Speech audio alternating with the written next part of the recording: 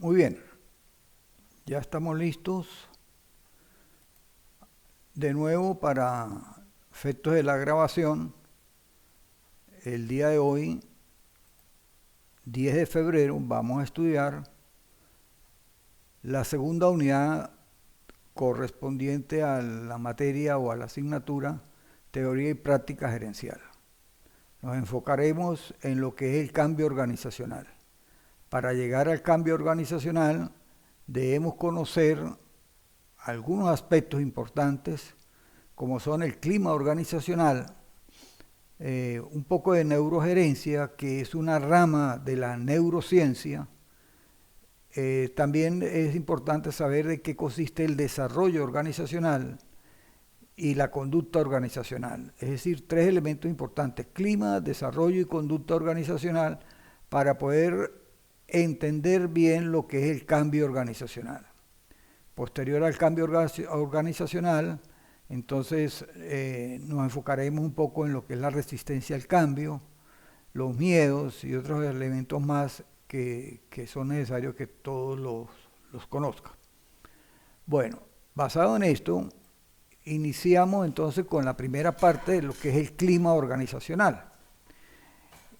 Para Pérez Maldonado, plantea que el ambiente de trabajo o clima organizacional puede ser entendido como un fenómeno socialmente construido que surge de las interacciones individuo, grupo y condiciones de trabajo, lo que da como resultado un significativo o un significado a la experiencia individual y grupal, debido a que lo que pertenece y ocurre en la organización afecta e interactúa con todo.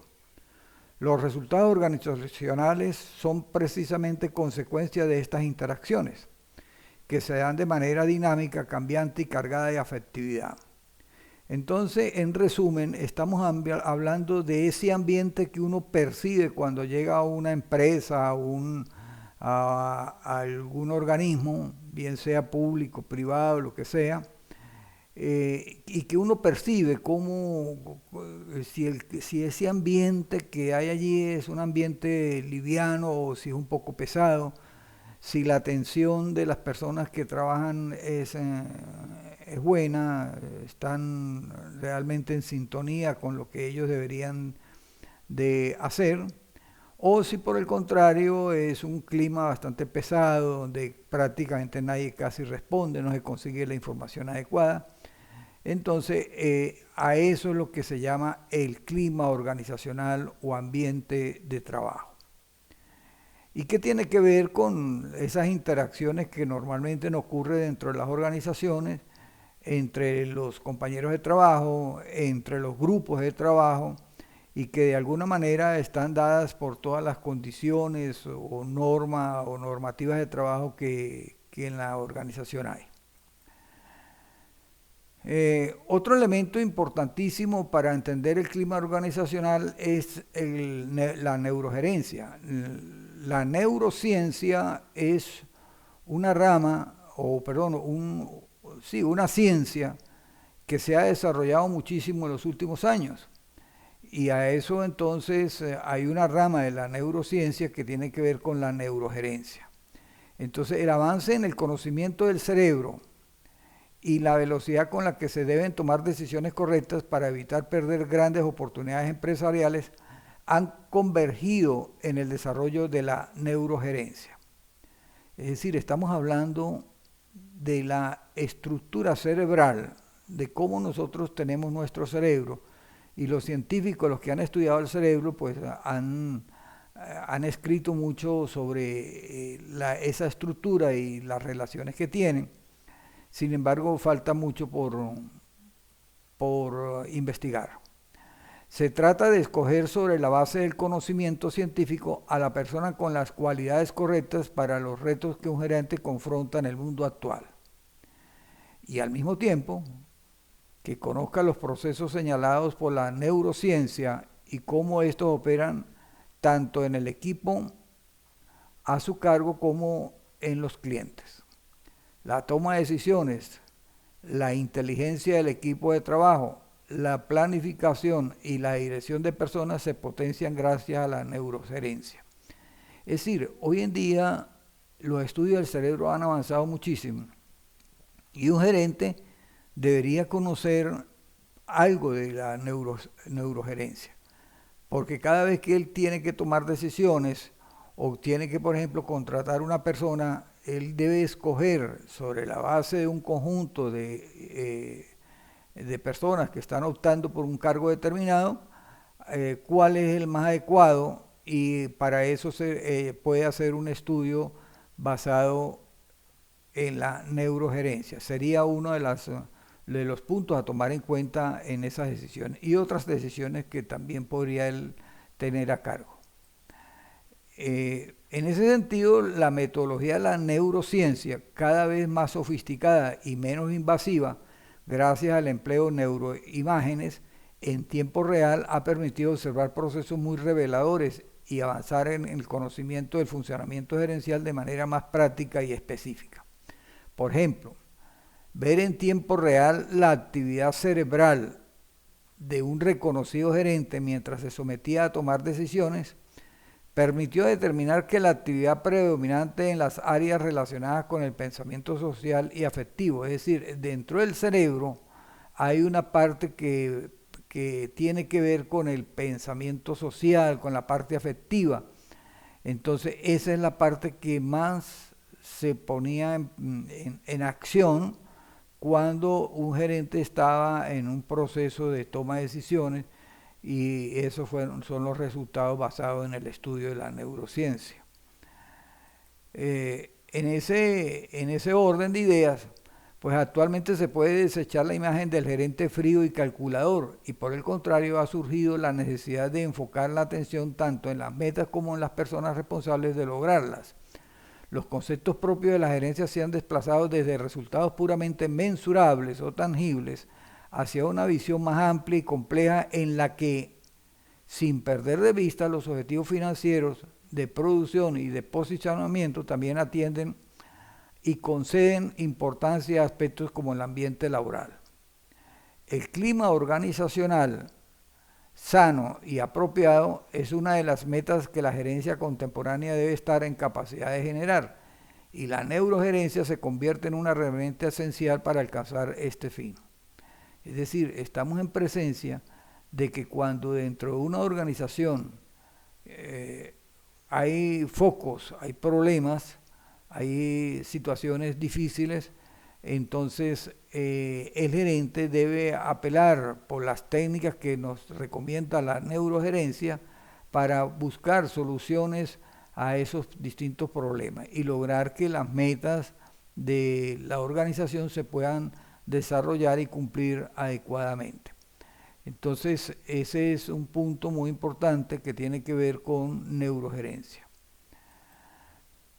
Entonces, regresando al tema que nos corresponde, que es el clima organizacional, y entendiendo cómo podría el gerente tener una herramienta a mano para actuar, entonces el clima organizacional se refiere a las características del medio ambiente de trabajo, las cuales son percibidas directa o indirectamente por los trabajadores que se desempeñan en ese medio.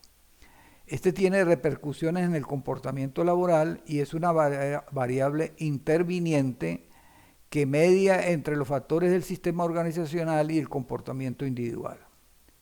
Por tanto, el clima organizacional se fundamenta en las percepciones que el trabajador tiene de las estructuras y procesos que ocurren en un medio laboral. La especial importancia de este enfoque reside en el hecho de que el comportamiento de un trabajador no es una resultante de los factores organizacionales existentes, sino que depende de la percepción que tenga el trabajador de esos factores. Es decir, dentro de una organización pueden haber muchos factores, como por ejemplo la estructura, los niveles jerárquicos y muchas otras cosas.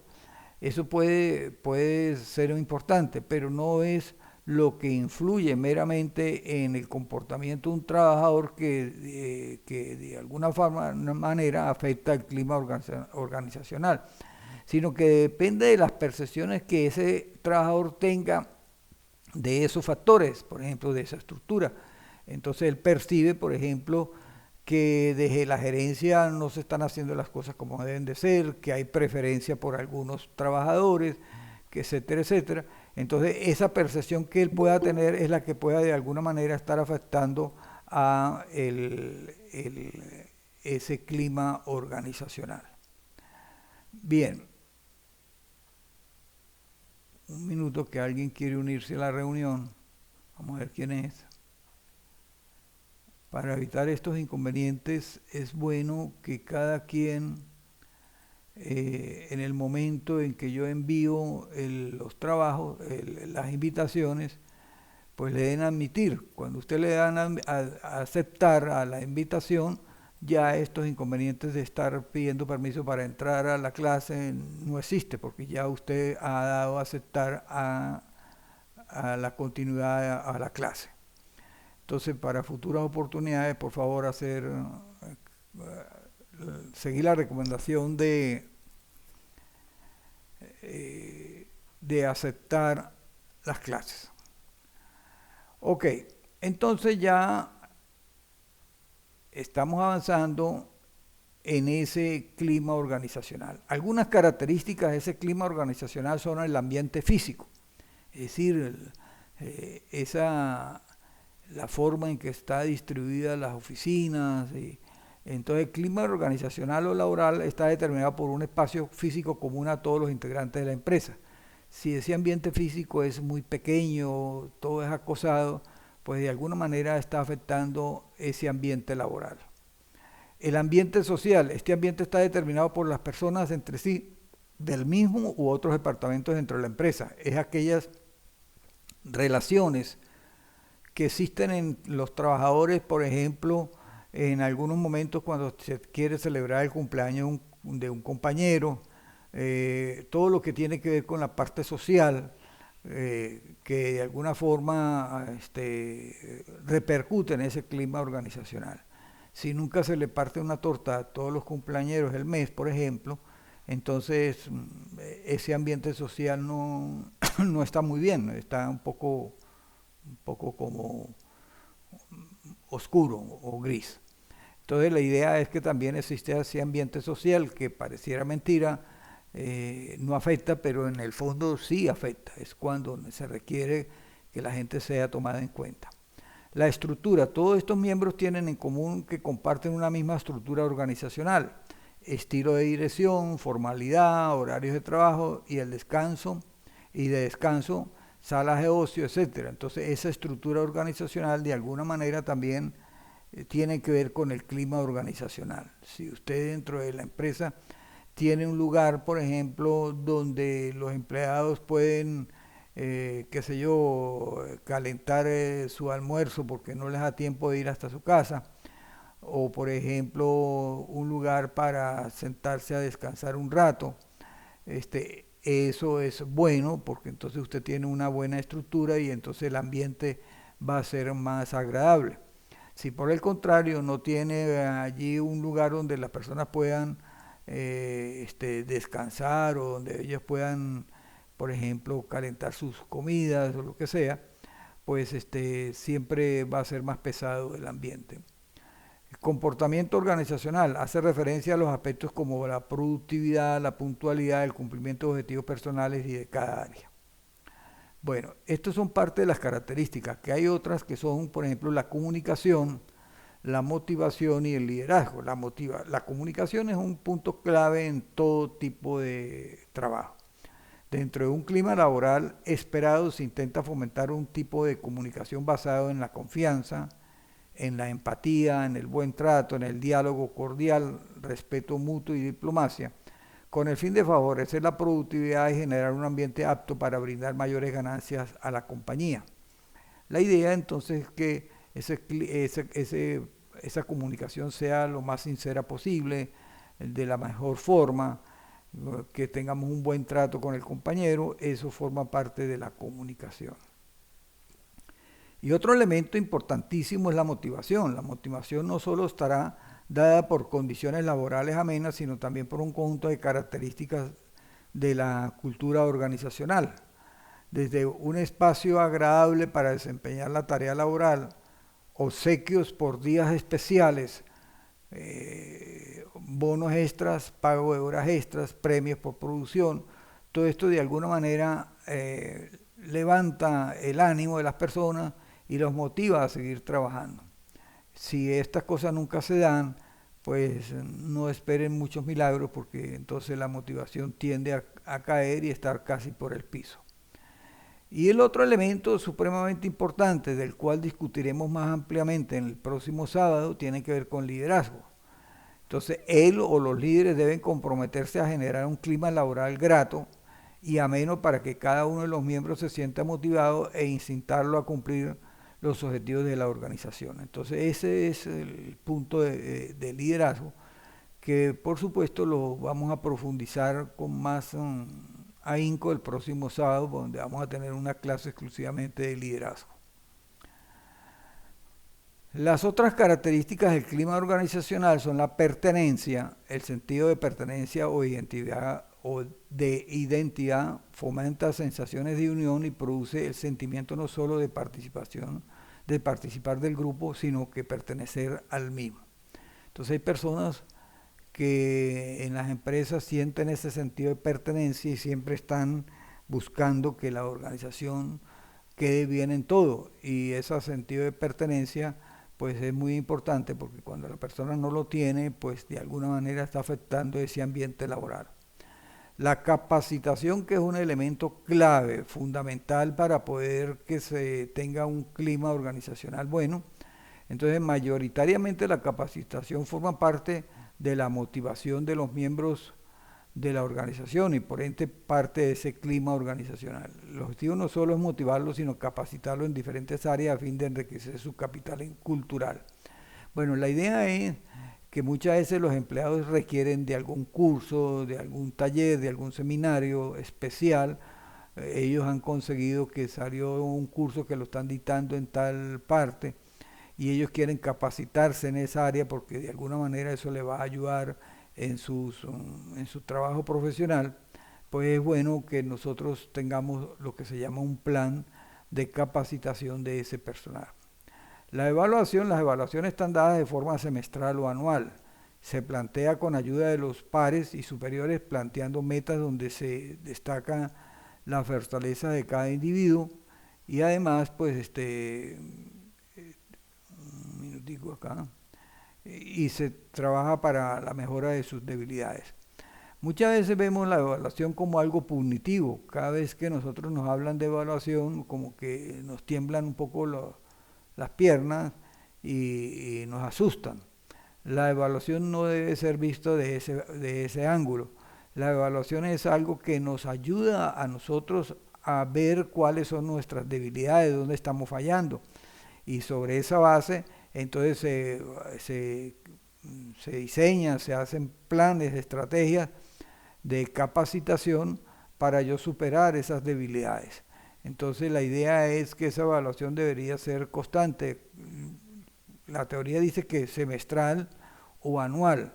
Bueno, sobre esa evaluación muchas veces uno va a determinar si está muy mal, si la persona no sale muy mal evaluado, pues ahí la alternativa de plantear un buen plan de capacitación con esa persona, o si por el contrario analizar otras razones por las cuales la persona no está siendo bien evaluada y ver si es que hay que, por ejemplo, desistir o dar de baja a esa persona. Pero la evaluación es muy importante porque en el fondo la empresa sabe con quién cuenta, qué es lo que cuenta y dónde están los problemas de su personal. Otro elemento importante es la actitud, cambio temporal en las actitudes de las personas que se puedan deber a varias razones. Por ejemplo, los días finales de cierre mensual y anual, el proceso de reducción de personal, el incremento general de salarios. Entonces, estas actitudes tienen que ver con momentos críticos dentro de la organización donde se ve realmente cuál es la actitud prevalente de un empleado. Por ejemplo, normalmente a los finales de mes o finales de año se concentra mucho trabajo y entonces allí cuando hay que ponerle amor y cariño al trabajo para salir adelante. En ese sentido, pues entonces esa actitud es la que los gerentes miran mm, para ver cómo las personas están reaccionando ante situaciones difíciles. O, por el contrario, en situaciones que sean favorables, como por ejemplo cuando se les hace un incremento de sueldo, de salario, pues también eso también tiene que ver con esa actitud, ver cómo es. O cuando hay reducción de personal, entonces las funciones que estaba haciendo la persona que se fue, ahora a quién le corresponde hacerlas, si no se va a contratar más personas. Entonces todo esto tiene que ver con la actitud de los trabajadores. La motivación alta, al aumentar la motivación, tiene un aumento del clima organizacional y lo contrario ocurre con la motivación baja. Si usted como gerente quiere evaluar ese clima organizacional, entonces aquí hay una guía o una orientación que le va a ayudar. El clima organizacional mide percepciones de los colaboradores respecto a diversas dimensiones, principalmente lo relacionado a identificación y compromiso, trabajo en equipo, orientación al servicio, orientación al resultado, relaciones interpersonales, comunicación, desarrollo profesional y personal, condiciones de trabajo, compensación, habilidades gerenciales desde el punto de vista de claridad estratégica y estilo de liderazgo. Si usted elabora un cuestionario o una encuesta basado en estos puntos, la suministra a sus empleados y ellos le responden con un nivel de confianza y sinceridad adecuado, usted podía estar evaluando cuál es el clima organizacional que usted tiene en la empresa. Porque muchas veces uno cree que todo está bien y resulta que hay cosas que no andan bien. Entonces, bueno, ese es un punto que se queda allí para la investigación. ¿Qué se evalúa? Bueno, para medir el clima organizacional hay aspectos que se pueden estar evaluando con cierta frecuencia, como el ambiente físico, comprende el espacio físico, las instalaciones, los equipos instalados, el color de las paredes, la temperatura, el nivel de contaminación, entre otros. Las características estructurales como el tamaño de la organización, su estructura formal, el estilo de dirección, etcétera, etcétera. El ambiente social, las características personales, el comportamiento organizacional, que ya todos los vimos anteriormente, pero estos son partes que también se toman en cuenta para efectos de la evaluación. Bueno, ahora vamos al segundo punto. Ya vimos entonces lo que consistía el clima organizacional. Ahora ya vimos lo que es neurogerencia y vamos entonces al tercer punto, que es desarrollo organizacional. En ese punto entonces vamos a mirar acá en qué consiste el desarrollo organizacional. Entonces ya vimos lo que es el ambiente de trabajo, lo que es el clima organizacional, cómo el gerente puede actuar, qué técnicas son importantes que el gerente conozca para poder salir adelante. Entonces el desarrollo organizacional es una teoría práctica que entiende a los grupos como sistema y sirve de herramienta a las organizaciones. Considera a las relaciones humanas en relación con un fin común. En consonancia con esto, en el interior de la institución se señala una meta y se analizan soluciones con la intención de asegurar la eficiencia general. En definitiva, se trata de trabajar con acierto el capital humano para obtener éxito de la organización. El sustento teórico del desarrollo organizacional tiene su arraigo en la ciencia de la conducta y la comunicación.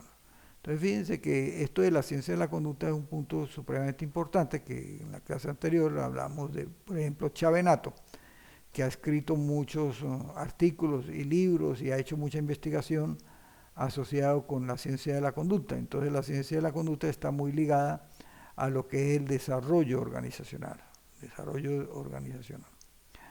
Podemos decir que la conducción del desarrollo organizacional adopta la modalidad de programa, es decir, se aborda de forma planificada, se realizan cambios propiciados por la toma de diagnósticos y más allá de las modificaciones técnicas. El objetivo central es transformar, dinamizar las relaciones laborales, modificar los hábitos y comportamientos de las personas y amplificar sus potenciales o sus potencialidades a partir de los medios y perspectivas que posea cada organización. Entonces la idea aquí es hablar de que el desarrollo organizacional tiene sus puntos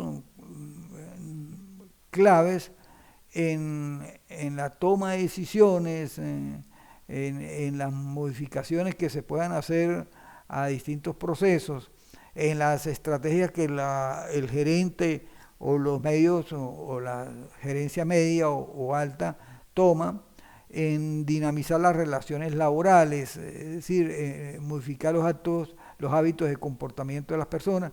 Todo esto tiene mucho que ver con el desarrollo organizacional y cuánto de eso pues nosotros tenemos que estudiar dentro de las empresas que trabajamos.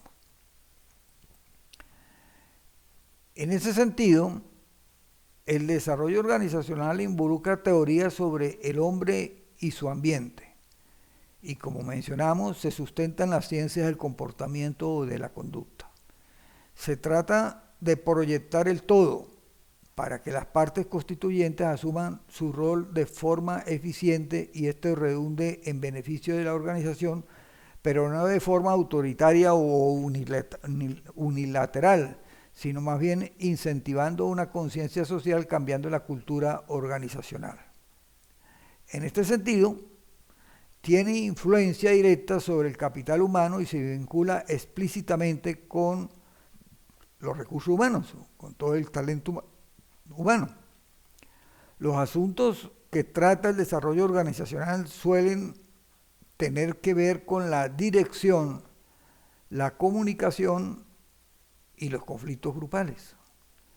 Las medidas que se adoptan se dirigen a aumentar la adaptabilidad de la organización a los ritmos acelerados del ámbito laboral, las nuevas tecnologías y la competencia. Entonces nosotros tenemos que mirar muy bien que el desarrollo organizacional es un elemento muy importante que está respaldado por teorías del comportamiento o de la conducta humana y que de alguna forma va a beneficiar a la organización o por el contrario la va a perjudicar. En esa parte pues trata de aspectos muy importantes como la comunicación, los conflictos con el personal, los conflictos grupales. Bueno, muchas veces uno ve huelga por tal cosa. Entonces esos conflictos grupales son los que de alguna manera afectan ese desarrollo organizacional. Algunas características del desarrollo organizacional. Organicidad. Según el desarrollo organizacional, las organizaciones son sistemas y deben de integrar intereses. Los objetivos necesitan ser asimilados, coordinados por las personas. Hay una interacción entre personas, estructuras y procesos organizacionales que deben sostenerse. La mirada está puesta en su funcionamiento en conjunto y no por separado. Es decir, cuando nosotros miramos en forma holística a una empresa o una organización, que la miramos desde arriba, la estamos mirando en forma de sistema, en forma sistémica. Si la vemos así, entonces uno ve dónde están todas las interacciones que ocurren, cómo fluyen el trabajo, dónde están los cuellos de botella, dónde las cosas no se están haciendo en forma correcta. Eso es organicidad, ver la empresa como un todo, es decir, en forma de sistema. Descentralización, se promueve valores humanos, ya que la buena disposición personal y la proactividad grupal es de suma importancia. A su vez, el poder de la empresa es distribuido por medio de delegaciones. Cuando se quiere operar un cambio, una de las estrategias es encuestar a los empleados acerca de sus percepciones. Los miembros atenderán las posibles disfuncionalidades del organismo y a cómo éstas afectan a sus componentes. Entonces, la idea es no concentrar todo el trabajo en una o dos personas nomás y las demás personas dejarlas por fuera.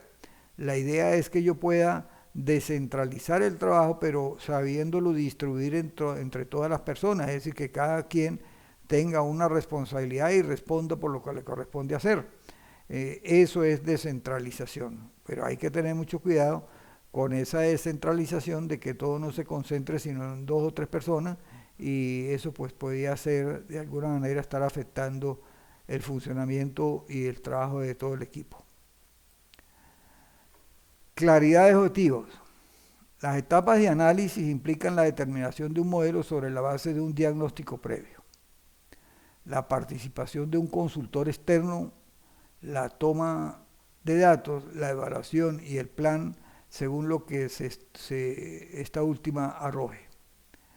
En síntesis, se precisa armar un plan de acción inmediato a la determinación de un modelo. Todo el organismo dispondrá medios para alcanzar determinados fines en los que se está de acuerdo. Entonces, cuando tenemos esa claridad de objetivos, el gerente debe ser un estratega, una persona que realmente pueda llegar a su personal buscando siempre el cumplimiento de los objetivos. Entonces, ese es el punto álgido acá. Cuando hay claridad en los objetivos, las estrategias que traza el gerente para el cumplimiento de eso, pues de alguna forma va a repercutir en todo el personal. Autoanálisis. Las organizaciones deben autoexaminarse para detectar irregularidades en el organismo y hallar rápidamente estrategias de superación. Este es siempre el paso previo y constante para operar los cambios, el diagnóstico. Hacia dónde se quiere ir y las cuestiones de identidad de la organización son ocupaciones constantes.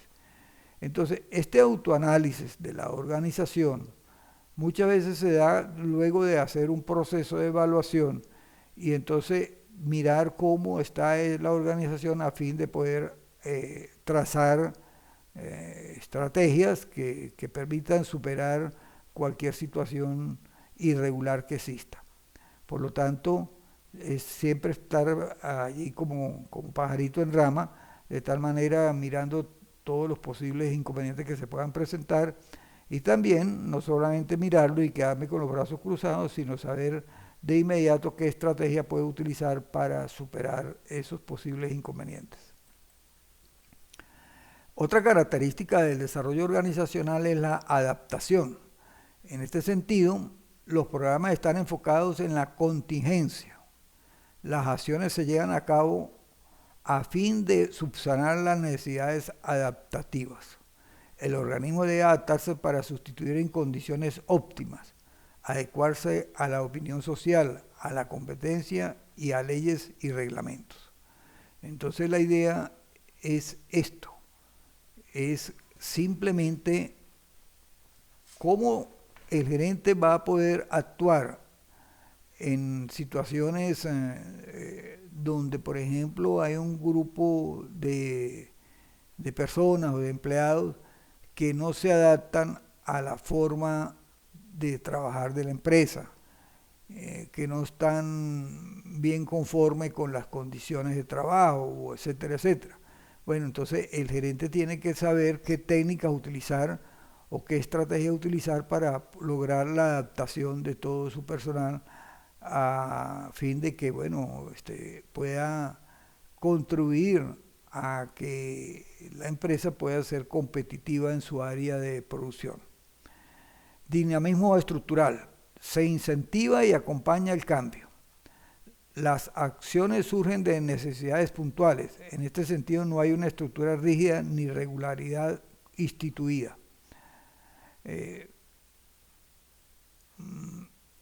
La estructura organizacional que pueda tener una empresa debe ser un poco flexible y que se adapte a los distintos cambios, a las dinámicas que ocurren en el ambiente.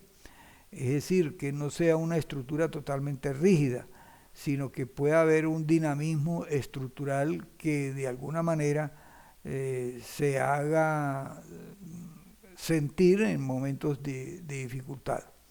Es decir, que yo me pueda adaptar a algunos cambios estructurales, producto de presiones o de dinámica externa o inclusive interna de la organización. Formación de grupo. Trabajo en equipo significa mayor probabilidad de alcanzar objetivos. Se hace énfasis en los grupos proponiendo la cooperación y la capacidad de superar problemas personales. Fíjense que la formación de grupos, yo diría equipos de trabajo, esos equipos de trabajo son muy importantes porque el trabajo en equipo es algo muy significativo dentro de las empresas. Es decir, es muy difícil que una persona realice todo el trabajo sin el apoyo o la ayuda o el enlace con otras unidades de la organización o con los mismos compañeros de trabajo que están más cercanos a él. La idea es que entonces el trabajo individual pueda ser cambiado por el trabajo en equipo y se puedan conformar grupos de trabajo que realmente contribuyan a todo el desarrollo organizacional. El aprendizaje a través de la experiencia. La experiencia es el eje en el proceso de entrenamiento. Las personas analizan y comparten su experiencia. Es bastante más productivo este tipo de aprendizaje, ya que genera más cambios de conducta que el de la lectura y análisis de situaciones ajenas de contenido abstracto. Existe lo que se dice, una praxis. La teoría es insuficiente y la práctica no puede conciliarse sin una autoevaluación constante. El desarrollo organizacional promueve el aprendizaje de la propia experiencia, de los errores y de los aciertos, la reflexión guiada por la noción de conjunto. Bueno, ¿qué es lo que me están diciendo aquí? Muchas veces en las empresas existen personas que tienen una vasta experiencia en el área de trabajo que les corresponde. Tan así que muchas veces esa experiencia les ha permitido crear nuevas formas de afrontar el trabajo con el fin de hacer las cosas mejor y más eficientes y en menor tiempo, qué sé yo. Esas personas son, vamos a decir, como elementos clave dentro de las organizaciones para transmitir sus conocimientos a otros compañeros. Entonces, eso es lo que se llama aprendizaje a través de la experiencia, que las personas puedan colaborar con otras personas y que muchas veces esto es más efectivo que someterlos a un taller, a un curso, donde muchas veces se le dan ejemplos abstractos y que prácticamente las personas no logran llevar esos ejemplos a la práctica o a su trabajo.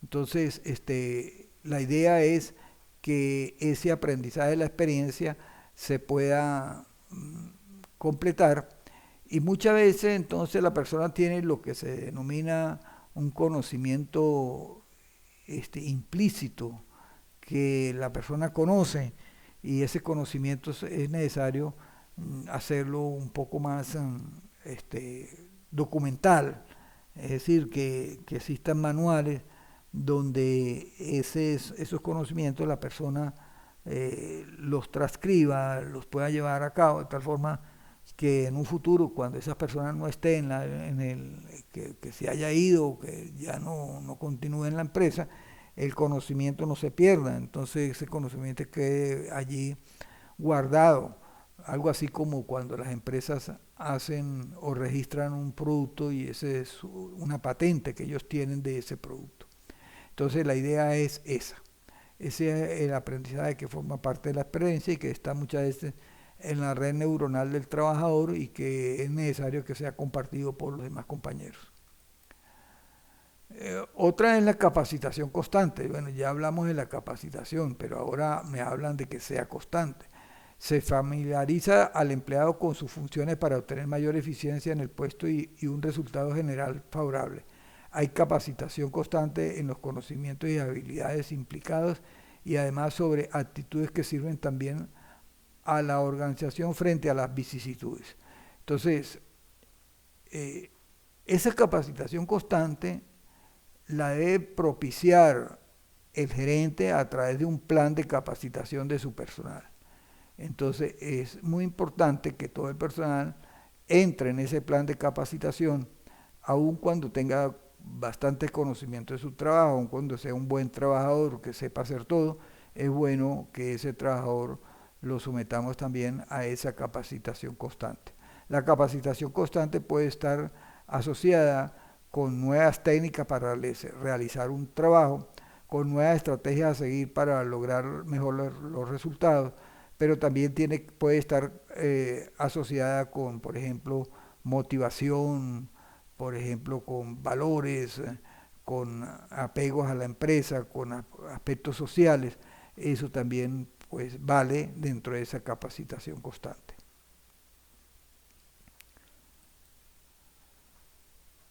¿Qué ventajas y ventajas puede tener ese desarrollo organizacional? Entre las ventajas del desarrollo organizacional nos encontramos con un ambiente dinámico, personal motivado y productividad. Debido a esta característica infiere una mejor resolución de conflictos y un compromiso más logrado con los objetivos, lo que se traduce en menor ausentismo. Por la planificación del desarrollo organizacional también presenta ciertas desventajas, y es que resulta muy difícil sostener debido a su costo e impredictibilidad. Sumado a esto, su privacidad es muy escasa. Se considera, por otro lado, que el énfasis puesto en el proceso grupal actuaría en detrimento del desempeño individual. Entonces, si bien es cierto que nos presenta una gran cantidad de ventajas y unos elementos muy importantes para el trabajo de las empresas, de todo el equipo, también podría verse como alguna desventaja cuando no sabemos hacer o cuando no aplicamos en forma adecuada ese desarrollo organizacional y entonces, por ejemplo, la persona se enfoca todo el tiempo en el trabajo en equipo y muchas veces descuida la parte individual del trabajador, que también hay que tomarla en cuenta. Bueno, entonces ya con esto serían 2 puntos de la agenda de hoy. Clima organizacional y desarrollo organizacional. Vamos a mirar la conducta organizacional para llegar al punto clave de la clase de hoy, que es el cambio organizacional. Entonces hablamos de desarrollo organizacional y hablamos de clima organizacional, un poco de lo que es la estrategia del gerente respecto a, a cómo actuar utilizando técnicas tan importantes como la neurogerencia. Entonces, ahora entremos en lo que es cultura organizacional. Entonces, es el conjunto de entendimientos importantes que los miembros de una comunidad tienen en común, en sus sistemas de valores y creencias compartidos, donde la gente, la estructura organizacional, los procesos de toma de decisiones y los sistemas de control interactúan para producir normas de comportamiento. Una determinada cultura puede contribuir al éxito de las organizaciones a largo plazo, al guiar el comportamiento y dar significado a las actividades. Los valores compartidos facilitan también la motivación, la cooperación y el compromiso. Bueno, cuando hablamos de esta cultura, fíjense que se toca un elemento importante que son los valores y las creencias que tienen los empleados de la organización. Cuando un empleado llega a su trabajo, saluda, sonríe, buenos días, buenas tardes, hasta luego, que pasen fin de semana excelente. Es decir, que la persona se le nota en su forma de actuar una manera agradable que genera empatía con los demás compañeros, pues estamos hablando de que esa persona está consustanciado con una buena cultura de la organización.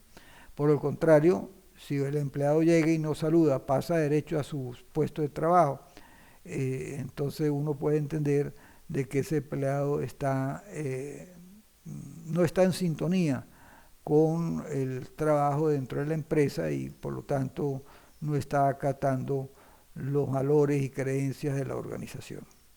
Entonces, de esto es lo que se trata la cultura de la organización. Entonces se habla de que hay una cultura aprendida. Nadie entra a una empresa sabiendo exactamente cómo funciona todo allí, pero después de un tiempo puede quedar claro qué cosas están bien vistas y son apreciadas, mientras que también queda claro los aspectos peor percibidos por compañeros y superiores. A raíz de la propia experiencia dentro de la empresa, una persona puede hacerse una idea clara de cuál es la cultura de la empresa y adaptarse a ella. Entonces esto es sencillo verlo desde el punto de vista siguiente, es que cuando una persona entra a trabajar a una empresa, pues puede tener un conocimiento grande de lo que le corresponde hacer. Ahora, el ver cómo en la empresa se hacen las cosas, cómo es que funcionan las cosas dentro de la empresa, es diferente. Entonces la persona, en la medida que pasa el tiempo, se va adaptando a esa manera de trabajar de la empresa y va adquiriendo la misma cultura de todos los demás compañeros. Entonces, por el contrario, la persona puede tener la posibilidad de analizar si esa cultura es buena o si es mala y desde allí él, por supuesto, actuar. Pero eso es lo que debemos entender, que nadie entra a una empresa sabiendo exactamente cómo funciona todo, sino que va aprendiendo y eso es lo que se llama una cultura organizacional aprendida. Interacción. La forma de aprender dicha cultura es únicamente bajo la interacción con otros trabajadores de la compañía. Sin esta interacción no hay forma de saber qué está bien dentro de la empresa y qué hay que evitar. Esa cultura de la empresa no depende de una sola persona, sino que es algo global que incluye a todos los trabajadores, por lo que si aumenta el número de interacciones se podría percibir de manera global. Entonces, ¿cómo logro esa cultura organizacional? Interactuando con los compañeros de trabajo. Más nada, a que haya una buena interacción y en esa interacción yo voy aprendiendo cómo es que funcionan las cosas, cómo es que se hace cada cosa y así yo puedo ir teniendo un conocimiento más amplio de lo que es esa cultura organizacional. Esa cultura organizacional tiene algunas características, por ejemplo, recompensas. El establecimiento de la cultura de la organización está íntimamente relacionada con el sistema de recompensas dentro de la empresa. Cada empleado tiene unas necesidades y deseos diferentes y es consciente de qué tipo de comportamiento van a obtener recompensas para cubrir parte de sus necesidades. Estas recompensas pueden ser afectivas, económicas, personales o de otro tipo, dependiendo de la situación. Entonces, cuando hablamos de recompensas es cuando usted, por ejemplo, fija un bono para el personal y ese bono se lo entrega a quienes realmente están trabajando en forma que hay una buena entrega al trabajo, que uno nota que esa persona está motivada. Las demás personas uno podría estarlas llamando y hablar con ellas y hacerles ver de manera afectiva que ellos son importantes dentro de la organización, pero por supuesto pues buscando la manera de comprometer a todos para que todos tengan las recompensas que la empresa plantea.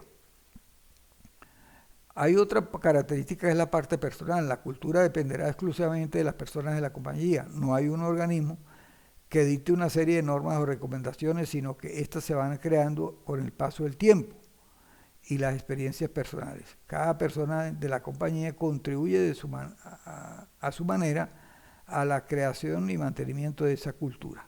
Es decir, no hay nada escrito sobre cómo las personas deberían de actuar dentro de la empresa. Por ejemplo, esto de buenos días, buenas tardes, feliz fin de semana, hasta luego, ¿cómo están? Por lo general eso no está contemplado en ninguna norma ni en ningún manual, pero es algo que nosotros podemos notar y ver y que forma parte de esa cultura de la organización. Esa cultura es identificada, los empleados deben de sentirse identificados de alguna manera con la cultura de la organización y deben de compartir una serie de valores, creencias similares a las establecidas. Si no sucede de esta manera, el trabajador acabará sin encajar dentro de la cultura propia de la empresa, lo que creará cierto rechazo por parte de los demás trabajadores y desembocando en problemas de grupo. Entonces allí es cuando se genera esa entropía donde hay un ruido y la idea es que la persona pues pueda entrar en esa cultura organizacional que es identificada. Entonces allí es cuando los gerentes deben de actuar. Difícil de cambiar. Como depende de las personas, si ésta no cambian su forma de actuar, es complicado que la cultura organizacional vaya a variar. Además, las empresas acostumbran a atraer y contratar a personal que se puedan adaptar correctamente a su cultura y tienen sistemas de valores o creencias similares, por lo que se suele perpetuar en el tiempo sin grandes cambios. Cuando se producen cambios son pequeños y requieren tiempo para que esos cambios se puedan reflejar dentro de esa cultura organizacional. Es decir, es algo que está muy arraigado dentro de las empresas y que no es tan fácil cambiarlo. Es implícita. Dentro de la organización no hay un organismo encargado de establecer la cultura y vigilar por su cumplimiento, sino que son los propios trabajadores los que de manera implícita la establecen y la cumplen. Además se trata de elementos que aunque se quisieran plasmar en papel, resultaría muy complicado puesto que son respuestas a situaciones concretas dentro de la empresa que cada persona ya tiene interiorizada y hace de manera inconsciente. Es distintiva. Cada empresa tiene una cultura propia, ya que esta depende únicamente de las personas que integran la plantilla. Como hay dos empresas con las mismas personas, es imposible que haya dos compañías exactamente con la misma cultura. Además, no se pueden establecer niveles comparativos de cultura mejores o peores, puesto que cada una de las empresas está adaptada esa cultura está adaptada a esa organización. Entonces, son dos de las características para entender mejor esto de la cultura. Es integral. Aunque no sea consciente, la cultura dentro de una empresa está integrada en todos los elementos que la forman. Se manifiesta en todos los lugares, elementos y situaciones que puedan ocurrir dentro de la organización. Además, es consistente entre los distintos elementos que la forman. Es decir, que esa cultura llega a los equipos de trabajo, llega a las personas, es decir, que se están allí para todos. Por lo tanto, es integral. Y hay subculturas. Normalmente dentro de una organización hay una cultura dominante. Sin embargo, dentro de algunos departamentos o en algunos grupos de trabajo se pueden encontrar algunas subculturas. El problema llega cuando en una organización hay varias subculturas diferentes y ninguna cultura es dominante o común a todos los trabajadores. Entonces imagínense, por ejemplo, que el departamento tal de una empresa ha decidido usar un uniforme determinado. Ellos han elegido el color de ese uniforme, el diseño y otras cosas. Luego otro departamento hace lo propio, pero con otro diseño, con otros colores y otras formas. Y así se extiende por todos los departamentos. Y la empresa no tiene un modelo único para todos los integrantes de la empresa. Entonces allí eso podría generar de alguna forma una especie de conflicto, porque es la empresa la que debe liderizar esa situación, y si ya después un departamento decide, por ejemplo, cambiar la camisa o usar la camisa, una camisa diferente el día tal, por ejemplo el viernes, eso ya es diferente, pero no es lo que prevalece en toda la empresa. Entonces, eso es por dar algún ejemplo. Otras subculturas tienen que ver, por ejemplo, con la partida de las tortas de los cumpleañeros. Hay quienes las parten el día que el cumpleañero está celebrando su cumpleaños, pero hay otros que la parten el último día del mes y agrupan a todos los compañeros del mes para partir la torta. Entonces, eso también son subculturas y que también son necesarias por aquello de la parte social, que es importante tanto para el desarrollo como para el clima y para la cultura organizacional. La cultura organizacional incluye lineamientos perdurables que dan forma al comportamiento. Se señala que cumple con varias funciones importantes: transmitir un sentimiento de identidad a los miembros de la organización, facilitar el compromiso con algo mayor que el yo mismo, reforzar la estabilidad del sistema social y ofrecer premisas reconocidas y aceptadas para la toma de decisiones.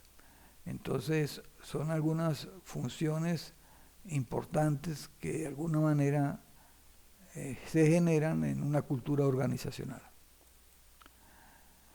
¿Qué ventajas tiene? Bueno, las creencias compartidas facilitan y ahorran las comunicaciones y facilitan la toma de decisiones. Los valores compartidos facilitan también la motivación, la cooperación y el compromiso. Esto conduce a la eficiencia de la organización. Los artefactos culturales, incluyendo el diseño y el estilo de administración, transmiten valores y filosofías, socializando a los miembros, motivan al personal y facilitan la cohesión del grupo y el compromiso con metas relevantes. ¿A qué nos referimos con esto de artefactos culturales? Bueno, vamos a poner un ejemplo. Quizás la mayoría de nosotros hemos entrado algún día a un McDonald's, este lugar donde venden hamburguesas y otras cosas más. Usted puede notar que en esos McDonald's hay una cartelera donde está el empleado de la semana, el empleado del mes, y hay un conjunto de cosas publicadas en esa cartelera. Eso es un artefacto cultural, donde se ve, por ejemplo, algunas de las cosas que están ocurriendo dentro de la empresa, y ellos le dan importancia bastante a eso. Entonces el empleado que está número 1 aparece allí y todo lo demás. En otras organizaciones hay una cartelera al entrar, y en esa cartelera, por ejemplo, están los valores de la organización, está la visión, está la misión. Entonces ese es otro artefacto cultural. Entonces cuando las personas interiorizan y ven esos artefactos culturales, pues eso les está transmitiendo de alguna manera valores y filosofías que de alguna manera motivan al personal. Entonces, si yo estoy de primero en el grupo porque fui el empleado de la semana, el trabajador de la semana, los demás trabajadores quieren hacerlo para la siguiente semana o para las posteriores, quieren también estar de primero. Eso es lo que de alguna manera transmiten esos artefactos culturales. Otras ventajas es el pegamento social o normativo que mantiene unida a una organización. Expresa los valores ideales sociales y creencias que los miembros de la organización llegan a compartir, manifestados en elementos simbólicos como mitos, rituales, historias, leyendas y un lenguaje especializado. Entonces, esto es importante. Por ejemplo, en los tiempos de diciembre se acostumbran a hacer la cena de Navidad o el desayuno de Navidad o un almuerzo navideño dentro de las empresas. Eso es un ritual que por lo general se cumple en muchas empresas. Eso es importante porque eso tiene que ver con ese pegamento social que los empleados esperan que se haga. Puede contribuir sustancialmente al éxito a largo plazo de la organización al guiar el comportamiento y dar significado a las actividades. Las culturas fuertes atraen, recompensan y mantienen el apego de la gente que desempeñan roles esenciales y cumplen con metas relevantes. Entonces, cuando la cultura organizacional es fuerte, es decir, está bien arraigada entre todo el personal, ese apego pues indudablemente sirve para que las personas trabajen mejor y puedan contribuir al cumplimiento de las metas trazadas en los distintos proyectos que la organización tiene. Bien, con esto hemos avanzado entonces y estamos tocando los 3 puntos álgidos de esta unidad número 2, que tiene que ver con el cambio organizacional. Vimos lo que es el clima o ambiente organizacional, cómo es el desarrollo organizacional de una empresa o de cualquier organización, y lo que es la conducta organizacional. Ahora vamos a entrar en lo que es el cambio organizacional, que es el punto, vamos a decir, fuerte de la clase de hoy. Entonces, en ese sentido, miremos entonces qué es lo que podemos estar discutiendo acá. Entramos en cambio organizacional con un ejemplo interesante para ir analizándolo. Vamos a mirar acá el ejemplo de la rana, quizás varios de ustedes ya lo conozcan. Si se coloca una rana en agua hirviendo, el impacto que sufre es tan fuerte y tan intenso que la rana saltaría inmediatamente. Le sobreviene la crisis y ella actúa en consecuencia. Eso es cuando lo hacemos como hablábamos en criollo, a lo mero macho. Pero si por el contrario, ¿qué ocurriría si se coloca la rana en agua fría y se va elevando gradualmente la temperatura?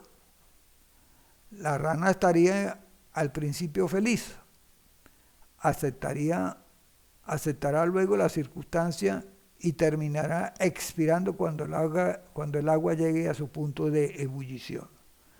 ¿Qué me están diciendo con esto? Que vaya haciendo las cosas poco a poco, que vaya metiéndole poco a poco los ingredientes necesarios a ese cambio para poder lograr que las cosas se hagan bien. Entonces la rana no se habrá dado cuenta de que ha habido un cambio radical de la situación inicial a la actual, es decir, del agua fría al agua hirviendo, cuando se hizo de la segunda manera. Entonces, ¿cuáles son los aspectos sensibles al cambio?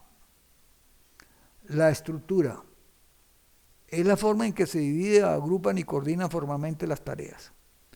Cambiar la estructura es modificar la forma de trabajar, incluyendo las relaciones de autoridad. Ello abarca puestos de trabajo, procesos de producción, políticas y procedimientos. Otro aspecto importante, sensible al cambio, es las tecnologías, la automatización de procesos, tanto de producción como administrativos, el cambio de ambiente físico, redistribución de los espacios. El ambiente influye en el ánimo de los empleados. Cambio en las personas. El comportamiento organizacional está basado en el personal. Estos representan el elemento más importante con que cuenta la organización. Es decir, estamos hablando de cómo la organización puede propiciar cambios dentro de ella. Hoy en día, todas las organizaciones, inclusive nosotros mismos, a título individual, estamos sujetos a un conjunto de cambios y tenemos muchas veces que adaptarnos a esos cambios para sobrevivir. Lo mismo ocurre en las organizaciones. Los cambios vienen muchas veces desde afuera. Por ejemplo, las tecnologías. Con el asunto de las tecnologías,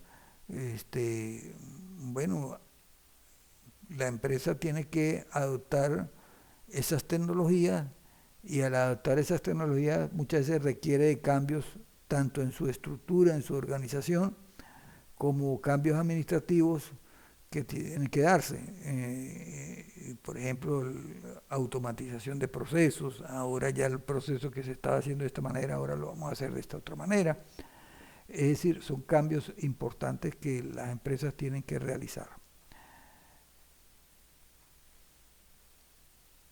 Ahora, hay 8 pasos importantes para lograr el cambio. Primero, aumentar la urgencia. Es decir, yo como gerente tengo que ahora empezar a crear un sentido de urgencia dentro de los trabajadores para lograr determinadas metas.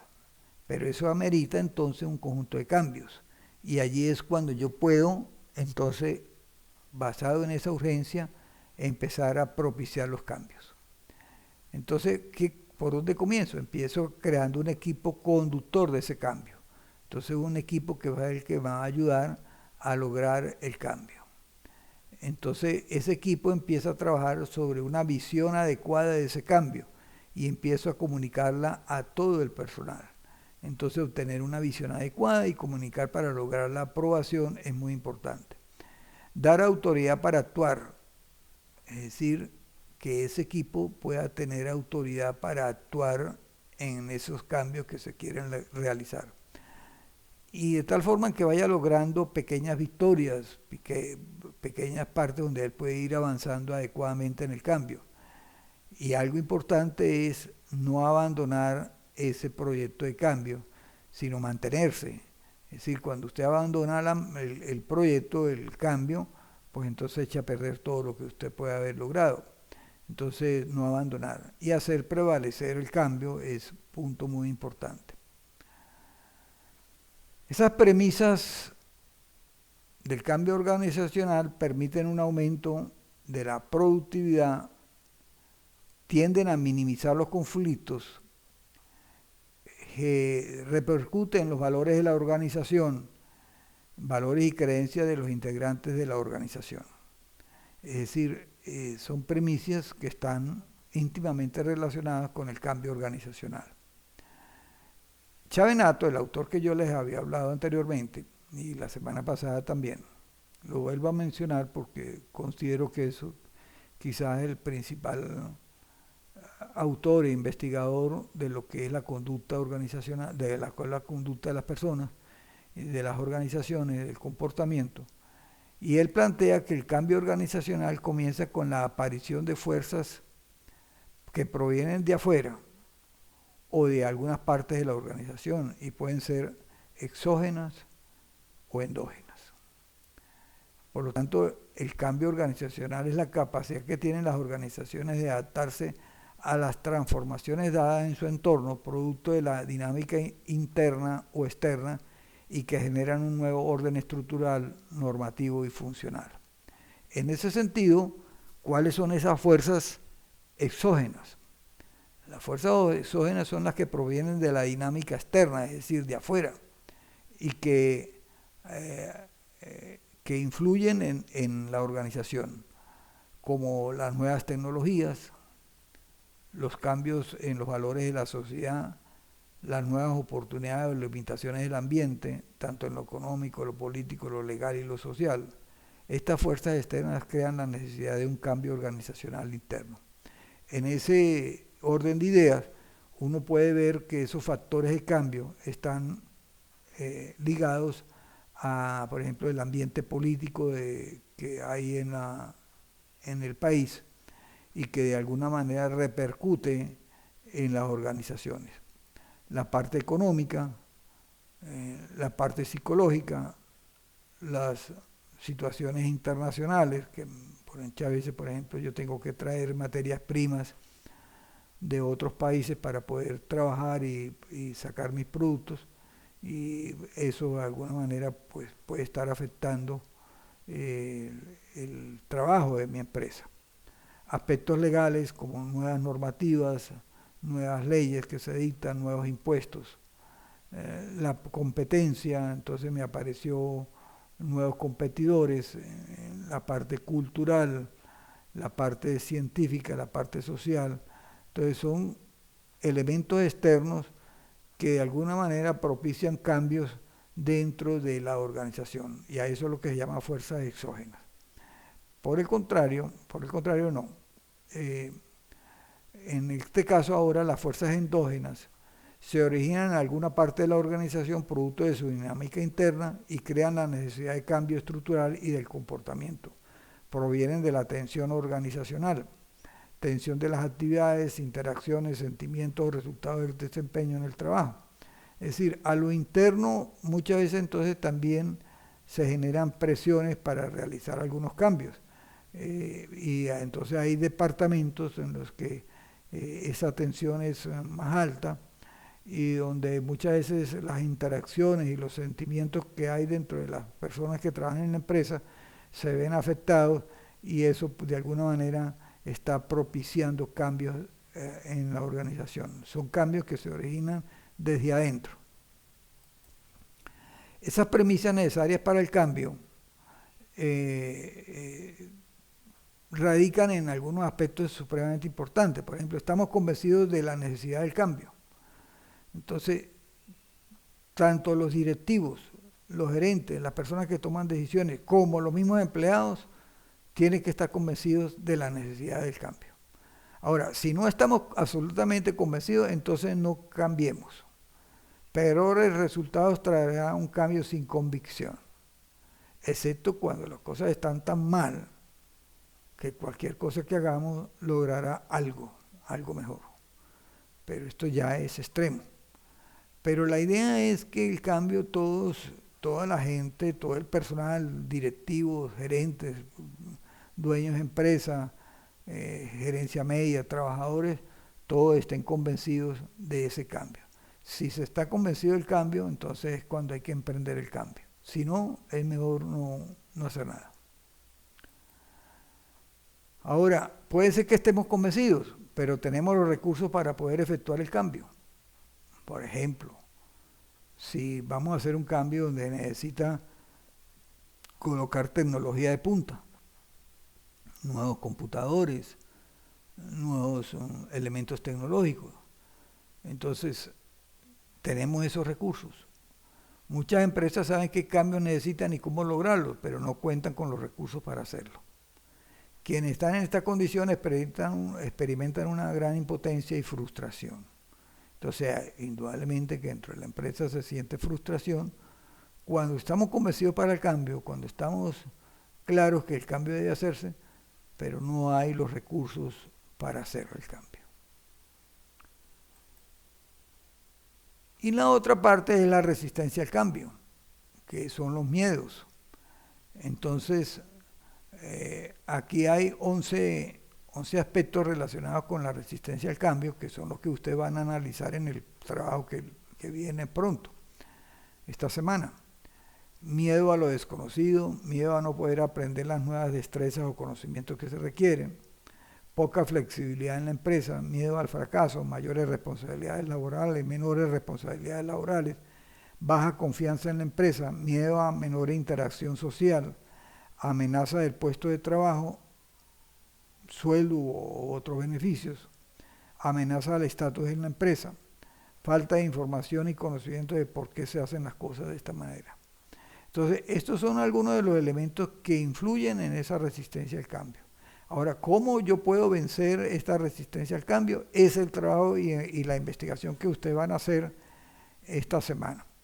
Allí, en el material que está publicado en el aula virtual, tienen algunos enlaces, algunos videos que les sugiero que los vean y que dentro de esos videos hay respuestas a lo que yo estoy hablando.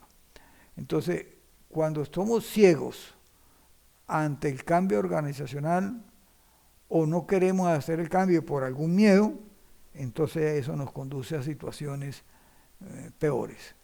Los ojos no sirven de nada si la mente no quiere ver.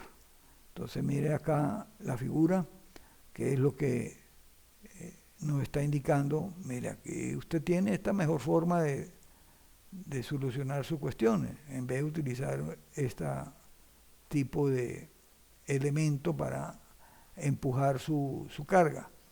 Si lo hace con una rueda, quizás podría facilitarle el trabajo.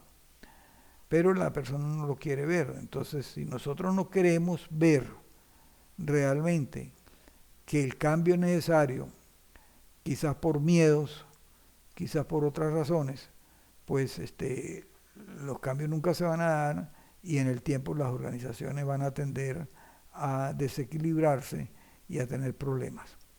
Entonces, esto es parte del trabajo que ustedes tienen que hacer. ¿Cuáles son las estrategias a seguir? Por ejemplo, miedo al fracaso. ¿Qué se debe hacer en miedo al fracaso? Entonces, en cada una de estas usted estudia, analiza las estrategias a seguir y elabora un informe que se llame Resistencia al Cambio, y habla de los miedos y entonces busca un plan de acción o unas estrategias o qué debo hacer o qué lineamiento seguir para cada una de estas que están acá. Ok, con esto estoy llegando prácticamente al final de la actividad de hoy. Antes de darle el derecho de palabra, pues decirles que este es un tema supremamente importante dentro de las organizaciones, porque todas las organizaciones, indistintamente de lo que sea, pues requieren cambios. Y hay algunas cosas que ahorita en el ambiente están allí, que las personas están un poco preocupadas y sienten algún miedo, por ejemplo, como ejemplo miedo al uso de la inteligencia artificial. Entonces hay gente que está creyendo que con la llegada de la inteligencia artificial, pues va a perder su puesto de trabajo y va a desaparecer su lugar de lo que él hace, porque la inteligencia artificial lo va a reemplazar. O cualquier tecnología disruptiva, por ejemplo la robótica, el Internet de las cosas,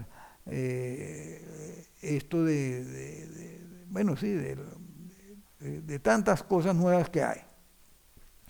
Entonces la gente siente como cierta angustia, cierto temor, cierto miedo, y eso es lo que nosotros debemos analizar también, porque mucha gente habla de que la inteligencia artificial eliminará puestos de trabajo. Eso es cierto. Cuando llegan nuevas tecnologías disruptivas, se van a eliminar ciertos puestos de trabajo, pero también se van a crear muchos empleos, van a aparecer muchas cosas nuevas, producto de esas nuevas tecnologías que se están dando. Y si no hagamos un análisis de lo que ha ocurrido en la historia, por ejemplo, anteriormente existía un aparato que se llamaba máquina de escribir antes de la llegada del computador. Y esa máquina de escribir la usaban en las empresas, en todas las organizaciones, inclusive en los bancos. No había computadores. Es más, se crearon profesiones como mecanógrafos, mecanografía, habían academias para estudiar las formas de utilizar esas máquinas de escribir. Pero ¿qué pasó? Llegó el computador y entró de una manera disruptiva, acabó con muchas de las cosas que se hacían con la máquina de escribir. Ya hoy en día prácticamente es difícil conseguir a alguien que utilice la máquina de escribir. Puede que alguien las tenga, pero la tiene como una reliquia, como algo que podría quedar para un museo. Pero ya no se utiliza en forma, vamos a decir, bastante intensa como lo era antes. Y esas profesiones desaparecieron. Entonces, esa persona ahora, ¿qué sucede? Que al llegar el computador se crearon nuevos trabajos. ¿Cuáles trabajos? Operador de computadora, técnico en arreglar computadora, analistas de sistemas, programadores, ingenieros de sistemas, ingenieros en computación, ingenieros en informática. Es decir, una cantidad de trabajos que se generaron a raíz de la llegada del computador. Entonces, son muchos los trabajos y la gente empezó a estudiar, las universidades empezaron a preparar mejor su personal para esas carreras, y bueno, ¿cuántos son las personas que hoy dependen económicamente de esas profesiones? Eso fue un ejemplo de una tecnología disruptiva que llegó, que fue el computador, y acabó, por ejemplo, con el caso de la mecanografía. Y así como estos ejemplos, hay muchos ejemplos más.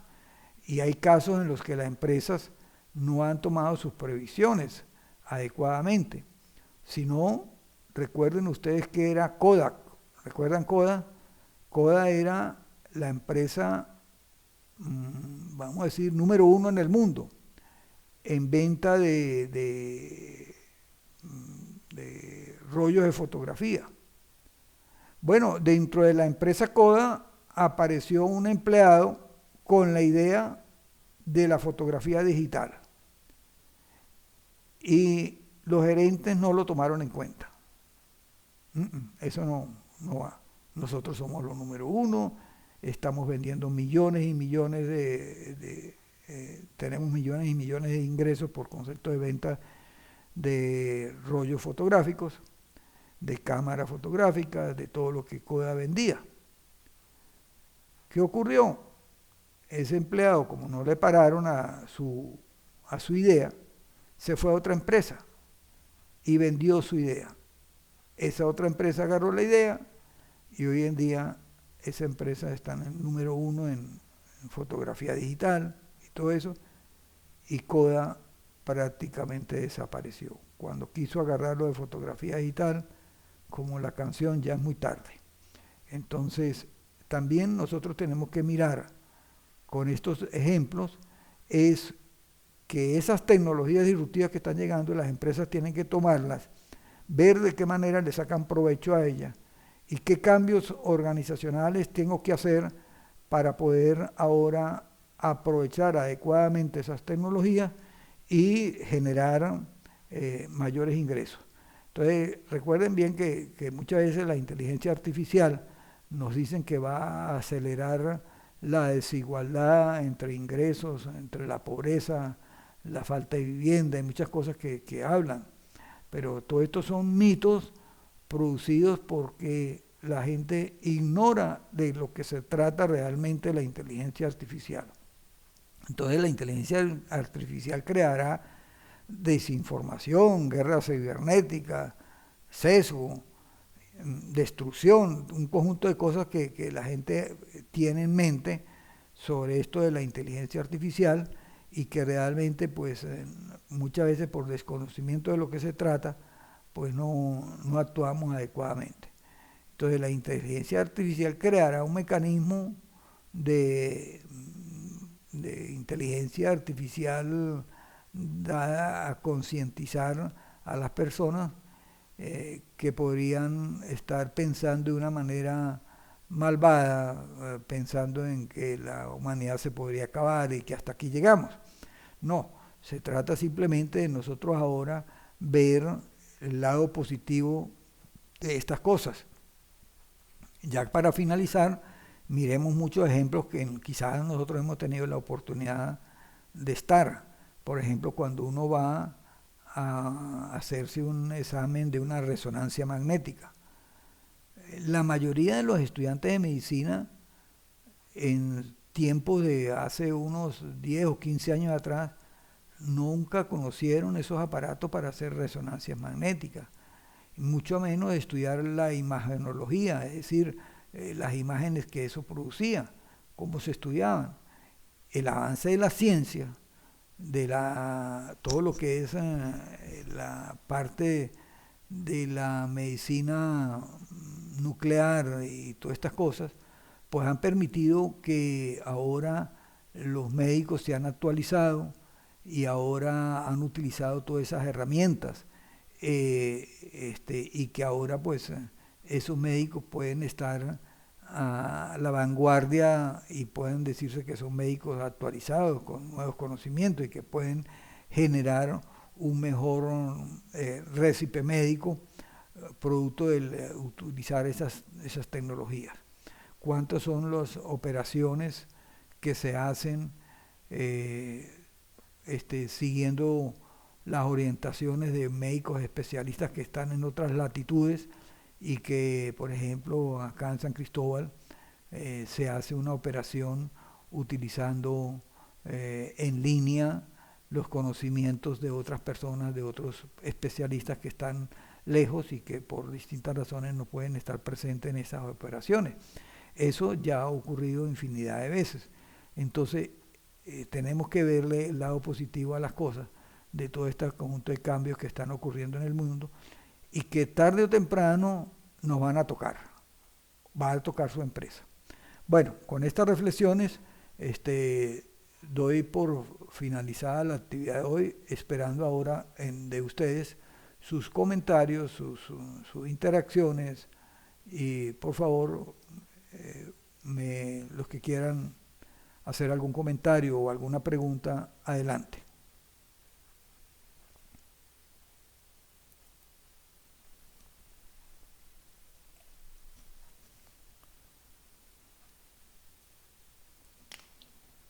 Profesor, buen día. Buen Una día, Orlando. pregunta con Ajá. respecto a la actividad que se va a entregar. ¿Esta es grupal o es individual? No, esta es la actividad es en equipo. Pero si hay alguien que no puede trabajar en equipo por alguna razón, la pueden hacer individual. Oh, ok, muchas gracias.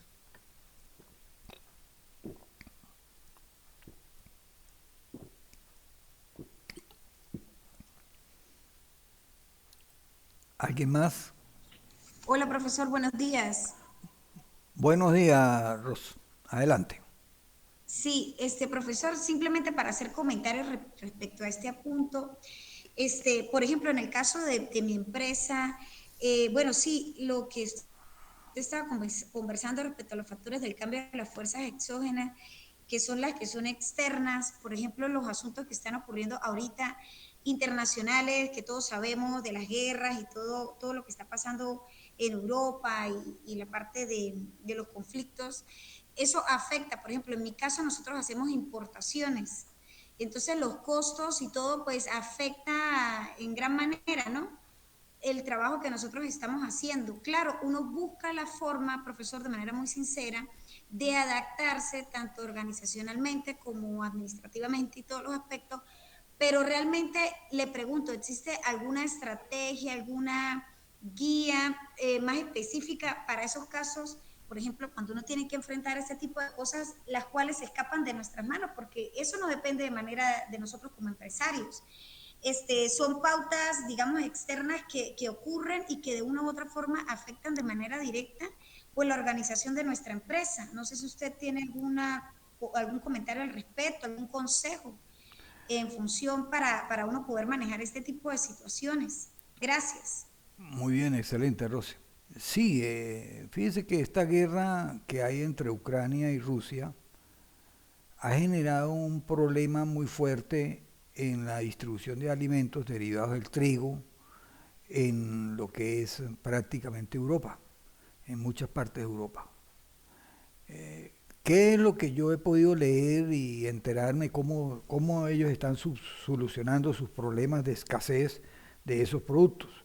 Bueno, han apelado a otras latitudes, a otros comercios, a otros países que se han puesto ahora a producir eh, el trigo. Lo que pasa es que el trigo o las cosas que se dan en Ucrania son de altísima calidad y no reemplazan totalmente lo que es. Pero entonces aparece la innovación, el ingenio, y entonces ahora trabajamos con otros productos, con otros lineamientos, y lo que me pueda llegar, que pueda sustituir a esa materia prima, pues lo aprovecho al máximo y tengo que empezar a estudiar qué cosas puedo hacer ahora y qué están haciendo empresas similares a las que yo tengo en razón a cómo ellos están actuando. Eso es importante porque, bueno, porque yo puedo tener una orientación adecuada en el caso. Entonces, por ejemplo, si la materia prima que me suministraba la empresa tal ya no me la puede suministrar por distintas razones exógenas, como lo que usted ha dicho, los problemas que hay en los distintos países, en nuestro país, que no me pueda llegar eso, entonces yo tengo que buscar en otras latitudes o cómo puedo de alguna forma sustituir esa materia prima por otra o va a comprar una materia prima de repente hasta más costosa, pero lo debo analizar en términos de costo-beneficio. Es decir, si eso me va a afectar enormemente los costos, pues tengo que trazar eh, otras estrategias buscando innovación de productos, buscando ahora poner en práctica la creatividad, el ingenio de las personas para ver cómo podemos avanzar sin claudicar. Eso es lo que normalmente se está haciendo en otros países, por ejemplo, como España, como Francia, Alemania, donde algunos de los productos que ellos importaban desde Ucrania ya no les están llegando. Bueno, producto de esta guerra y de todas estas situaciones que uno realmente lamenta de que ocurran en el mundo. Entonces, bueno, es eso lo que yo te puedo orientar y decir, buscar en primer lugar otros mercados, eh, analizar esos otros mercados en el término, en esa relación costo-beneficio, poner en práctica el ingenio y la creatividad para ver si podemos orientar nuevos productos que estén, por supuesto, dentro de nuestra área de producción y ver qué está haciendo la competencia también, porque a ellos también les está afectando. Entonces, ¿por qué camino están tomando? Entonces, todo eso son cosas que el gerente debe ponerse allí como pajarito en rama y analizar el camino a seguir. Eso es lo que yo te puedo orientar, Ros. Ok, profesor, muchísimas gracias, porque sí, todo esto al final nos enseña a ser dinámicos en las soluciones, pues para avanzar en los procesos o nuestras empresas, ¿no? Porque ese es el punto, mantenernos a flote y avanzar, porque bueno, son situaciones que se escapan de las manos. Gracias, profesor. Muy bien, excelente, Rosy, gracias a usted. Francisco Arellano levantó la mano. Adelante, Francisco. Muy buenos días a usted, profesor, y a los compañeros. Quería complementar algo, profesor, en el tema, en el ejemplo, excelente ejemplo que usted puso sobre la rana. Eh, eh, en el 2020 creo que al mundo lo pusieron en el agua hirviendo sin la gradualidad con el tema de la pandemia. Hizo que la mayoría de las empresas, algunas desaparecieron, pero la mayoría de las empresas, sobre todo grandes, cambiaran de alguna manera su clima, su conducta y hubo un cambio organizacional. El teletrabajo, que todavía no se ha resuelto en la actualidad, porque hay empresas que todavía mantienen eh, eh, el tema del teletrabajo, otros están luchando para que los empleados vengan a trabajar. Elon Musk inclusive hace unos pocos meses de un ultimátum sobre eso. Ese tipo de cosas no se pueden analizar estratégicamente porque pienso yo, nadie pensaría que iban a cerrar el mundo, profesor. Ante esos grandes cambios, las empresas pequeñas o medianas sufren. Eh, utilizar los medios tecnológicos sería lo mejor en ese caso, profesor, para solucionar esos temas, cómo se puede hacer desde el punto de vista estratégico para ver esos cambios. Venezuela está planteando ahora un aumento un cambio en el tema de tributos, pero nadie sabe cómo será. Eh, ¿Cómo pudiéramos ver eso desde el punto de vista organizacional? Excelente, Francisco. Muy buena tu intervención. Sí, a nosotros nos cayó, o a muchas empresas les cayó como el ejemplo que tú mencionaste, que planteé el de la rana del agua hirviendo. Muchas empresas no tuvieron otro camino sino cerrar la Santa María y chao, y se acabó. Y no han podido volver a abrir. ¿Producto de qué? Eh, yo diría que producto de una falta de gerencia, de visión gerencial. ¿Por qué de visión gerencial? Porque esto de las tecnologías y el mundo cambiante que hay alrededor de las tecnologías no es nuevo. Eso no es de la pandemia para acá. El teletrabajo viene existiendo desde finales de la década pasada, es decir, de finales de 1990, el año 2000, y ahí se empezó a hablar del teletrabajo.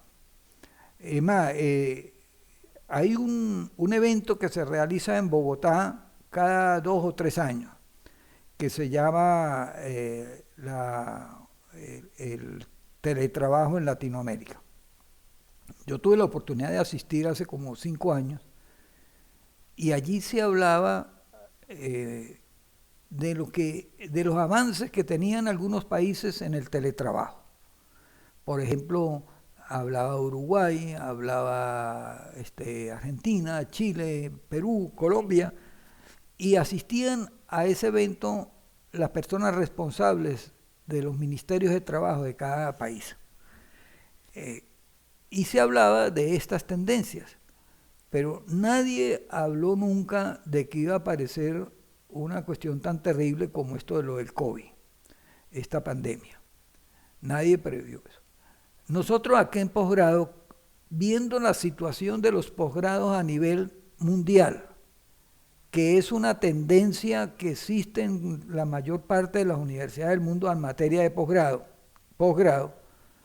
donde casi todos los posgrados, o en su mayor parte, tienden a dictarse en forma virtual. Pues nosotros empezamos con un proceso de capacitación de nuestro personal por allá en el año 2009, 2010. Es decir, cuando nos llegó la pandemia, ya la mayor parte de profesores, no la mayor parte, no, cerca del 60% de nuestros profesores habían sido capacitados con talleres, seminarios para trabajar en forma virtual. Y por supuesto, nos faltaba más de un 40%, un poco más del 40%. ¿Qué pasó? Que nos agarra la pandemia y teníamos 2 alternativas. Cerramos, no continuamos dictando posgrado, o hacemos el esfuerzo de ir a la virtualidad y con un plan de emergencia con los profesores que faltaban por capacitarse. Bueno, y tomamos la segunda estrategia. Pero en esa segunda estrategia hubo profesores que no estaban de acuerdo con la virtualidad. Y me llegaron a mi oficina: mire, profesor, hasta aquí lo acompaño. Yo no, para eso de las tecnologías, para eso de la virtualidad, no va conmigo. Y renunciaron, se fueron, no continuaron. Eso me generó un problema porque yo tenía que buscar profesores, capacitarlos, que fueran tan buenos como los que se fueron. Y bueno, y lo otro, que en el transcurso de la pandemia se murieron de aquí de posgrado 4 profesores, que había que sustituirlos. Entonces, bueno, yo estoy dando esta materia justamente porque el profesor que la daba se murió. Y entonces, bueno, a mí me gustaba esta materia y yo la asumí. Pero entonces, ¿la idea cuál es, Francisco? Bueno, mira, la virtualidad es un hecho, es una realidad. Y nosotros tenemos que asumirla, estudiando, preparándonos para trabajar en la virtualidad.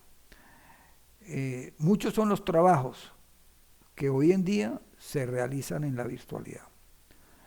Yo tengo una hija que es ingeniero en telecomunicaciones y el esposo de ella es ingeniero de sistemas. Ambos están en España y ambos trabajan utilizando la virtualidad.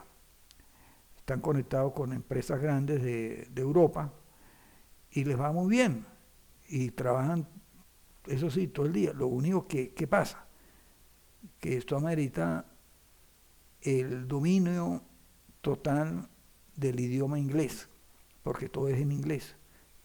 Usted se comunica con distintas culturas, con distintas personas de distintas partes del mundo, y el idioma central que se habla es el inglés, y ese es el dominio. Si no tiene el dominio total del inglés, pues está como quien dice pelandine. Pero bueno, esa es la tendencia en este mundo que estamos viviendo. En el caso de lo que se plantean de nuevas leyes, nuevos impuestos, cosas que no sabemos para dónde van, pues allí lo que queda es empezar a investigar y analizar bien a fondo esos cambios que se quieren implementar. Indudablemente que para muchas empresas pequeñas, que son las que más se perjudican, pues que más les afecta, pues allí los gerentes de esas empresas, de esas pymes, tienen que ponerse las pilas pues, para poder salir adelante. Tiene levantada la mano Manuel Hernández. Adelante, Manuel.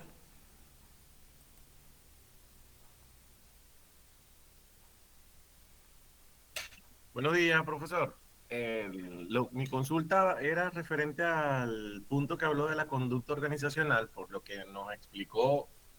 Evidentemente es algo que no está descrito o escrito en un manual dentro de la organización, pero los factores externos afectan también muchas veces la conducta pues, dentro de la organización, no solo de parte de los trabajadores, sino también de la dirección. Ahora bien, la pregunta sería, ¿las organizaciones sí deberían al menos modelar la conducta o esperar simplemente cómo se van generando las estrategias conductuales dentro de esa organización? Las teorías sobre la conducta organizacional o comportamiento organizacional, las personas que han estudiado la conducta de las personas, no establecen que existen patrones o lineamientos para moderar esa conducta. No lo plantean. Lo que sí es cierto es que esa conducta va ocurriendo a lo largo del desarrollo de la vida de la empresa. Yo la comparo con lo que es la idiosincrasia de los pueblos. Un pueblo tiene una forma de vivir, una manera determinada de ser su gente, y eso no es tan fácil cambiarlo. Y eso ha venido de generación en generación. Pero en el caso de las empresas, la conducta podría intentarse modelar, pero no es tan fácil. Eso sí, no hay una estrategia o un plan concebido como tal que me diga cómo hacerlo. Que puede ser afectada y los mismos empleados toman sus formas de actuar y de trabajar ante las posibles amenazas que puedan tener, eso también es cierto, ¿verdad? Pero decir que hay como una teoría asociada con eso no existe. Lo mismo Chavenato en sus investigaciones y en sus publicaciones lo dice claramente. Entonces, bueno, es eso. Francisco volvió a levantar la mano. Adelante, Francisco. Disculpe la insistencia, profesor, dos cositas. En el aula virtual hay literatura sobre el tema, primero, profesor. Y segunda, una cuestión con respecto a lo que dijo el compañero anterior, que, bueno, desde hace años, pero se ha acentuado, profesor, que en las empresas quien lleva el departamento de talento humano es una psicólogo. Ahora se puso muy de moda, bueno, en una de las series que se llama Billions se ve muy, pues, bueno, está presente, pero eso viene de hace muchos años, o sea, o de hace algunos años. Entonces, eso tiene que ver con también poder llevar esto de la conducta organizacional y del clima organizacional y la de la productividad, porque hablan de las tres cosas que he leído, eh, desde el punto de vista más profesional, porque es una psicólogo, ¿no? De la conducta. Sí, efectivamente,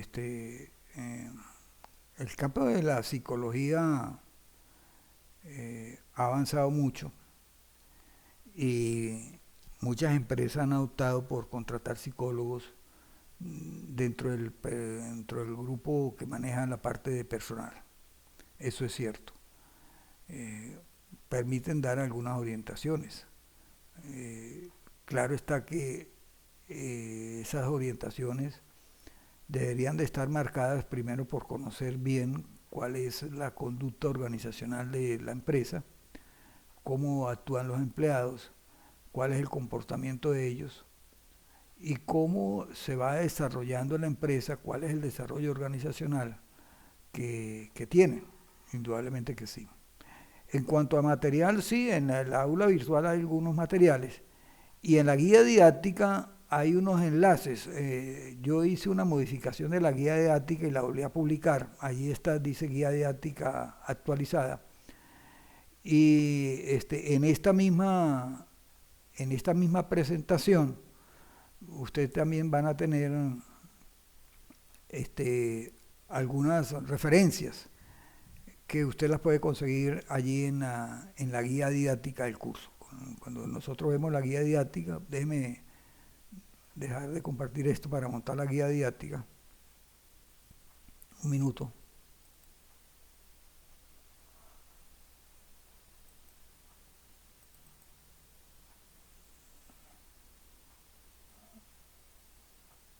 Ok.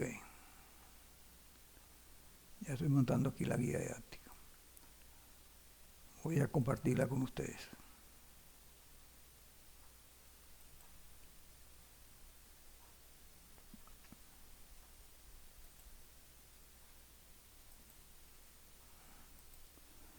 Fíjense bien, si se trata de este tema, en la página número 6 de la guía didáctica,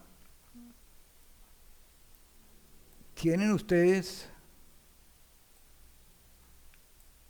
para este tema 1, 2, 3, 4, 5, 6 enlaces.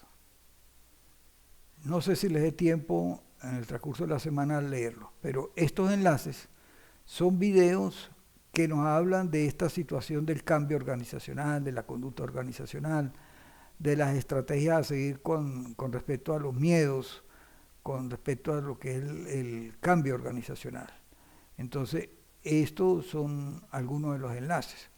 Cuando nosotros vamos más abajo y llegamos exactamente a lo que hay que hacer, que está acá en la página número 11 de la guía. En esa página número 11, entonces están estos miedos, están los mismos miedos que yo acabo de leer ahorita. Y aquí hay 3 enlaces que nosotros podemos ver asociados con los miedos exclusivamente. Y cómo vencer esos miedos. Entonces, estos son algunos de los materiales que usted pueda tener. Y ahora en el aula virtual, pues hay otros artículos, hay otras lecturas interesantes que ustedes podrían ver. Entonces, ¿qué es lo que tenemos que hacer para este compromiso número 2? Dice que revise el material de la unidad relacionada con las organizaciones colocado en el aula virtual, igualmente las lecturas complementarias sugeridas.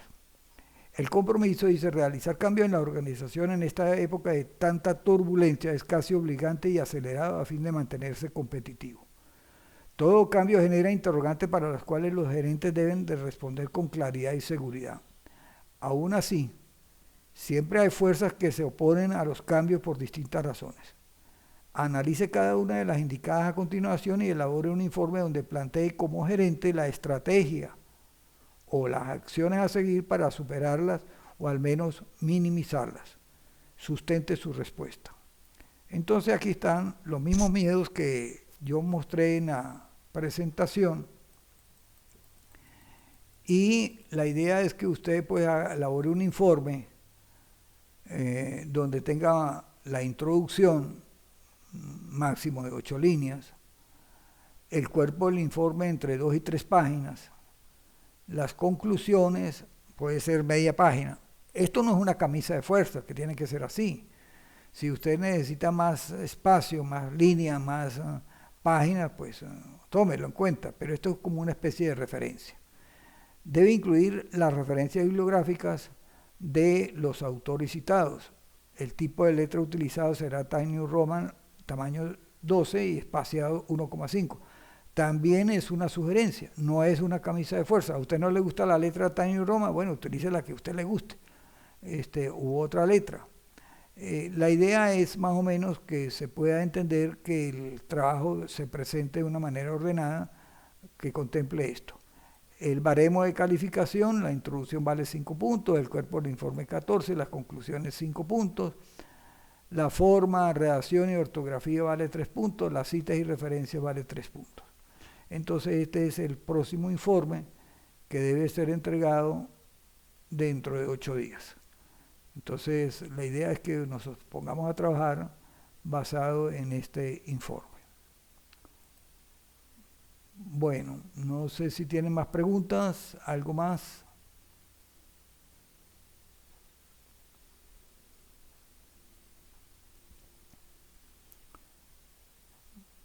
Bueno, si no hay más preguntas, entonces, Profesor, disculpe.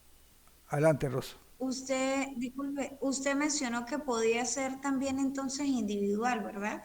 Sí, El claro. trabajo. Sí, sí, es que hay personas que por Trabajo su, fácil. su situación laboral les impide estarse reuniendo Sí, es virtualmente. difícil. Pero no hay problema, pero también hay Gracias. compañeros de trabajo que pueden trabajar en forma en equipo porque se les facilita. La idea es esa, Ok. pues. Ujú. Bueno, llegamos al final de la actividad del día de hoy. Agradecerle a todos por su atención.